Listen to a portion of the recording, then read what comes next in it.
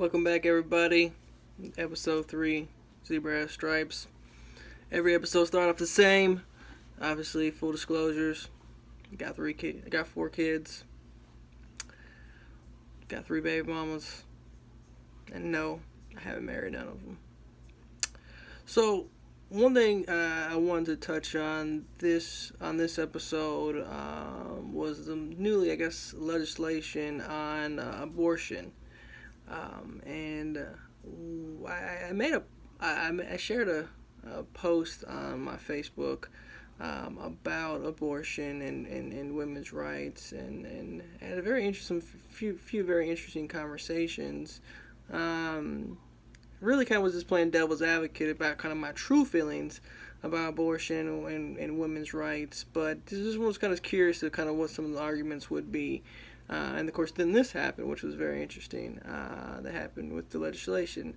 But I think that the biggest thing is that there's a lot of the focus of these arguments are completely wrong in regards to women's rights and women's. And again, I'm a firm believer in women have the right to choose. But to give that I think the spectrum of women of choosing, I think, should be more controlled. And what I mean by that, essentially, so obviously, I believe and definitely that a woman should be able to choose what she should be able to do with her own body. However, to say that a childbirth is solely based on the woman isn't equally as fair, right? So if we're going to say that a woman can choose whether she can terminate a pregnancy or keep a pregnancy is solely based on the woman, that's essentially saying that the making of that child and the conception of that child was solely based on the woman.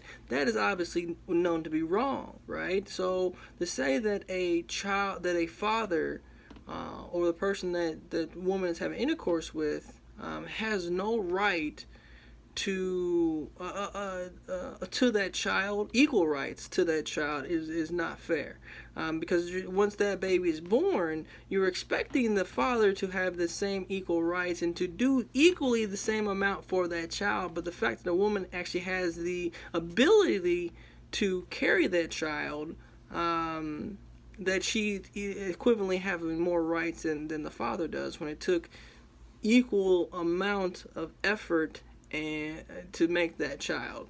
So I did say that, and what kills me in the argument that I hear a lot when we have men speaking on their opinions on the matters, that men are essentially disqualified to speak on reproducing essentially a child, which they have 50-50 responsibility in. They have no essentially inherent rights to speak on it. Because they are a man, because they don't carry a child, they don't have any right to speak on it, which for me just seems very illegitimate and uneducated to even say that. The other thing, I think that, again, the argument is really focused in the wrong area. I think that we should stop focusing on women's right to get abortions instead of focusing on who is actually getting the abortions. So what I mean by that, obviously, anybody with any common sense would obviously want to say that obviously rape is wrong, and any person, female or child, that is raped should get the choice on whether they keep it.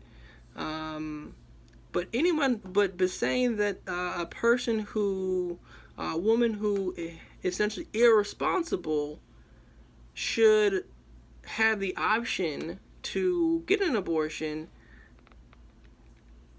doesn't seem very, very, very moral or right. Saying that due to your irresponsibility that you can opt out of this responsibility of having a child, when there are plenty of mothers out there who don't have the ability or have multiple complications in getting pregnant and giving birth, who don't get the same type of those same type of opportunities, and you can essentially pick and choose when you want to have a child. I don't think is right, and I think that the fact that if the choice is taken away from women, onto getting an abortion, that that there will be more responsibility in having actually, or in sexual intercourse, right? Or taking these chances of obviously having, first of all, getting pregnant or having sexual intercourse at all, to outside of wedlock, to actually have a child.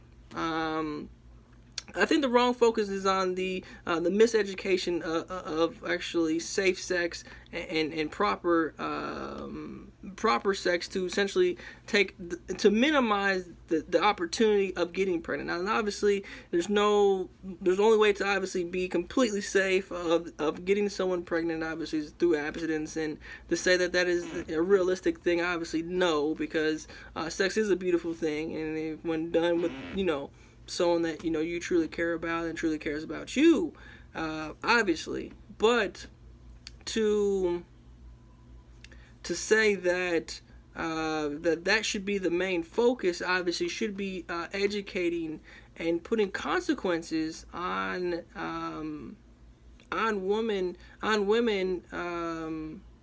essentially for essentially women and men, for being irresponsible and making them suffer through those consequences. It needs to be more harshness, obviously, to that, because there's obviously the freedom is kind of putting a lot of our cultures and in situation, a lot of our people in the situation that they're in, because obviously knowing that the fact that having a child at a younger age is obviously a huge hindrance, and also having a child out of wedlock is a huge hindrance into your life potential, and there's every statistical measure of success can be directly correlated, obviously, with not having a child out of wedlock and a child at a younger age, from, again, a overall majority standpoint.